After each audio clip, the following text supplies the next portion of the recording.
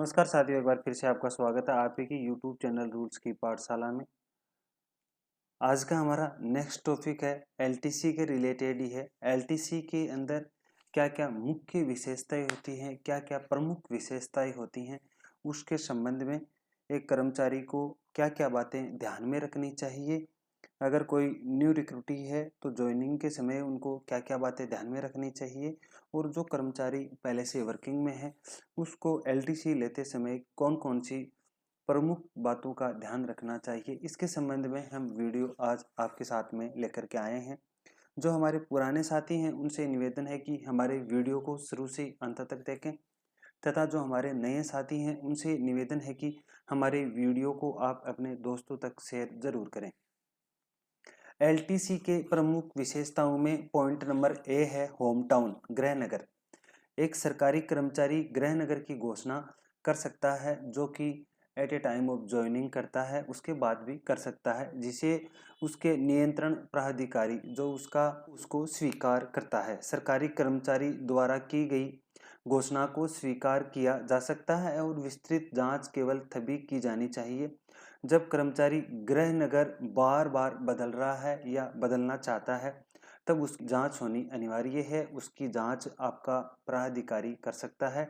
कुछ ऐसे अपवादिक परिस्थितियां होती हैं जिनके अंदर विभागाध्यक्ष संपूर्ण सेवा अवधि के दौरान एक बार ऐसी घोषणा में बदलाव को प्राधिकृत कर सकते हैं, यानी कि उसको अथोराइज कर सकते हैं।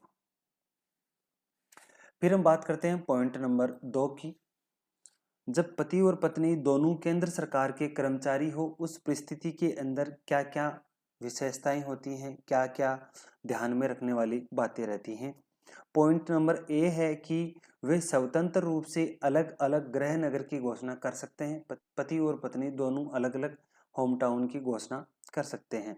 पॉइंट नंबर बी है कि वे अपने संबंधित परिवार के लिए छुट्टी यात्रा रियायती यानी कि एलटीसी का दावा कर सकते हैं, दोनों अलग अलग। यथार्थ यदि पति अपने माता पिता और अपने भाइयों बहनों के लिए दावा कर सकता है, तो पत्नी भी अपने माता पिता और अपने भाई और बहनों के लिए एलटीसी के लिए दावा कर सकती है, यानी कि उसका लाभ उठा सकते हैं। नेक्स्ट पॉइंट है पॉइंट नंबर सी। किसी एक विशिष्ट ब्लॉक में माता पिता में से कोई भी बच्चों के लिए रियायत का दावा कर सकते हैं। पॉइंट नंबर डी है पति पत्नी जो पत्नी या पति के परिवार के सदस्य के रूप में एलटीसी का उपभोग करते हैं, स्वयं हेतु स्वतंत्र रूप से दावा नहीं कर सकते हैं। जो आपके डिपेंडेंट हैं वो स्वतंत्र रूप से अलग से दावा स्वयं से नहीं कर सकते हैं। पॉइंट नंबर बी है कि विजिटिंग प्लेस है उसका डिक्लेरेशन, भ्रमण स्थल की घोषणा। जब भारत में किसी स्थान हेतु एलटीसी का लाभ उठाना प्रस्तावित हो, तो सरकारी कर्मचारी अपने प्राधिकारी को भ्रमण स्थल के संबंध में सूचित करेगा।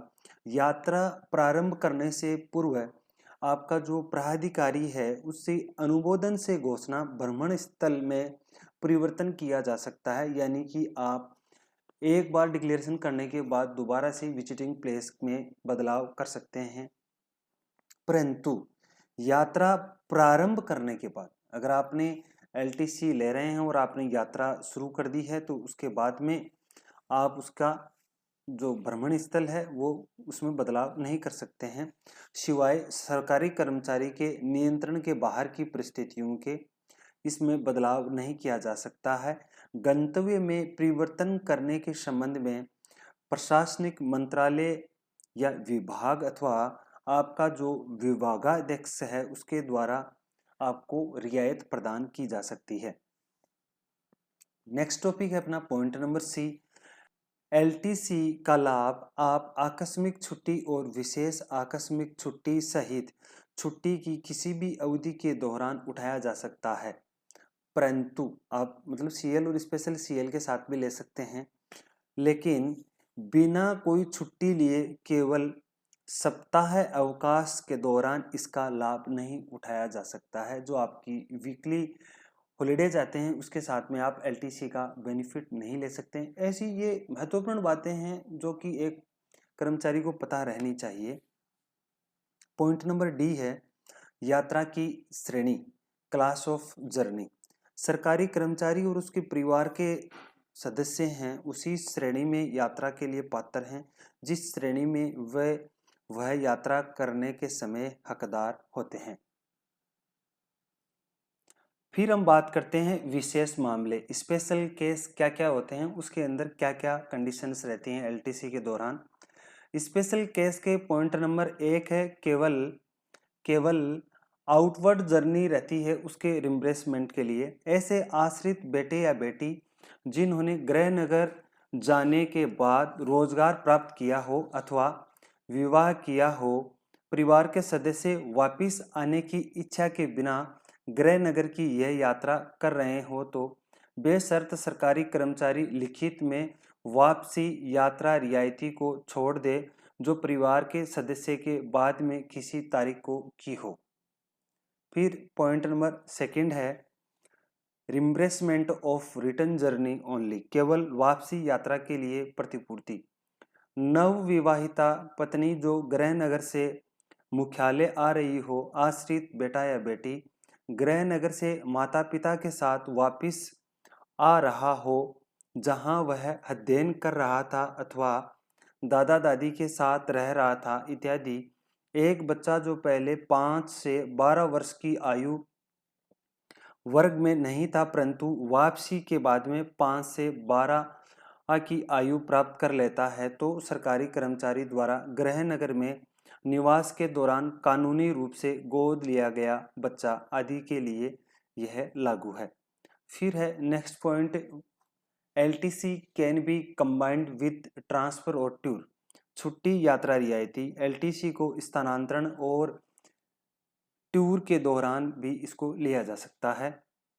फिर है नेक्स्ट पॉइंट नंबर जी, एलटीसी ड्यूरिंग स्टडी लीव, अध्ययन छुट्टी के दौरान भी आप एलटीसी ले सकते हैं। इसका पॉइंट नंबर 1 है स्वयं के लिए फॉर सेल्फ, सरकारी कर्मचारी अध्ययन स्थान से गृह नगर भारत में किसी स्थान हेतु एलटीसी का लाभ उठा सकता है परंतु प्रतिपूर्ति मुख्यालय और गृह नगर यानी कि यात्रा स्थल के लिए स्वीकार्य किराए अथवा वास्तविक जो खर्चा हुआ है जो भी कम हो उसको वह सीमित करता है।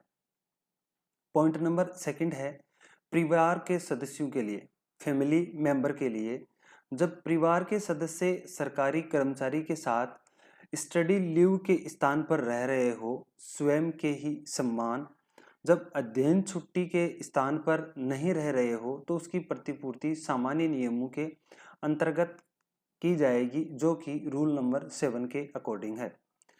फिर हमारा नेक्स्ट पॉइंट है निलंबन के दौरान यात्रा रियायती, एलटीसी ड्यूरिंग सस्पेंशन, यदि कोई कर्मचारी निलंबन अवधि के दौरान है तो वह एलटीसी का लाभ नहीं उठा सकता है परंतु उसके परिवार के सदस्य एलटीसी का लाभ उठा सकते हैं।